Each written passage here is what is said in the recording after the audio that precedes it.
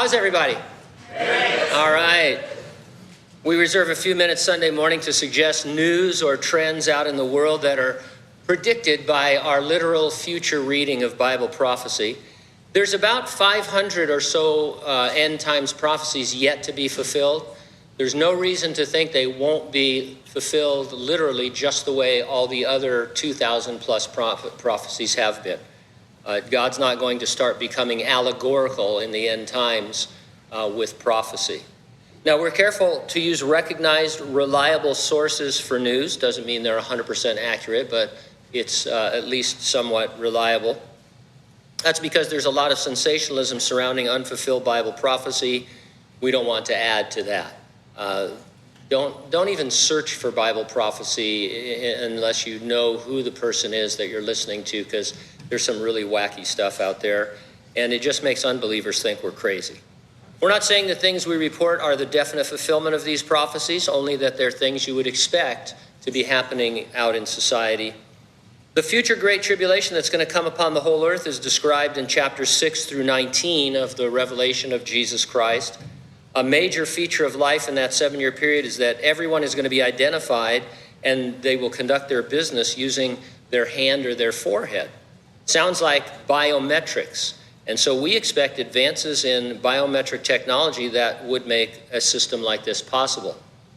But the problem has always been, how will the masses of humanity get on board with what is essentially invasive technology that all but eliminates privacy? Well, enter COVID-19. One article I read this week was titled, "How COVID-19 is Shaping the Biometrics Industry." I'll read a few excerpts. A few weeks on, COVID-19 has significantly altered how we live our daily lives and greatly influenced the course of biometrics. Governments all over the world have ramped up their measures to swiftly respond to the COVID-19 pandemic. To help distribute aid and benefits to its citizens, Jamaica wants to fast-track the creation and implementation of a national ID system. In Poland, people returning to the country from abroad are required to download a biometric smartphone app capable of recording their geolocation and submit selfies for biometric checks to show that they have the device with them. Here's another article. It's a little bit more dystopian. It was titled, "COVID-19 is Changing Our World and Our Attitude to Technology and Privacy." Here's some of that. Before the outbreak, Chinese citizens were subject to far more stringent levels of state surveillance and technology-driven tracking measures than most of us in the West are used to. In the changing world we find ourselves living in now, that intrusion into day-to-day life has greatly intensified. Officials have deployed helmet-mounted cameras able to identify residents with raised body temperatures among crowds of people, and smartphone apps use machine learning to rate citizens using a color-coded scheme that awards them a risk level of red, yellow, or green. Drones armed with heat-seeking cameras, loudspeakers, and even chemical spray jets have been deployed to enforce strict quarantine laws that can see citizens jailed for up to 7 years for non-compliance. And residents have reported being unable to access their homes in lockdown apartment blocks when automated security measures determine that data suggests they possess too high a risk. Advocacy of measures that would often be termed draconian, particularly if they are happening in China or other nations with openly authoritarian rulership, is becoming more frequent in the West. In the UK, the government is using individuals' location data to measure how people are complying with mandates for isolation, self-quarantine, and social isolation.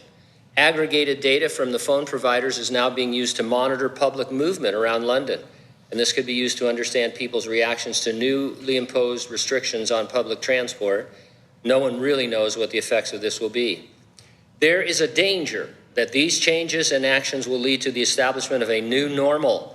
Once this outbreak is contained and our lives have adapted to the measures needed to keep it so, there is always going to be the danger of another outbreak on the horizon.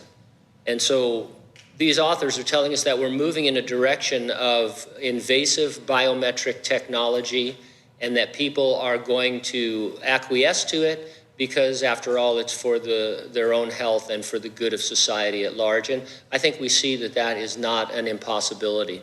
There are already people, they're not so much talking about the new normal, but just the fact that life will never be what it was before. I don't really see how anyone reading the Bible wouldn't see that we are rushing headlong towards the Great Tribulation. Just even if biometrics was your only measure, because this is what John the Apostle saw over 2,000 years ago when it would have been considered absolutely insane. We believe the resurrection and rapture of the church is an imminent event. It could happen any moment. Nothing needs to happen before it. It will happen before the tribulation. Jesus is going to come in the clouds and raise the dead believers of the church age. He will transform the bodies of living believers into glorified resurrection bodies. We will all join him in heaven while the earth endures one final 7-year campaign of what could only be called severe evangelism. Are you ready for the rapture? If not, get ready and stay ready and keep looking up, because ready or not, Jesus is coming.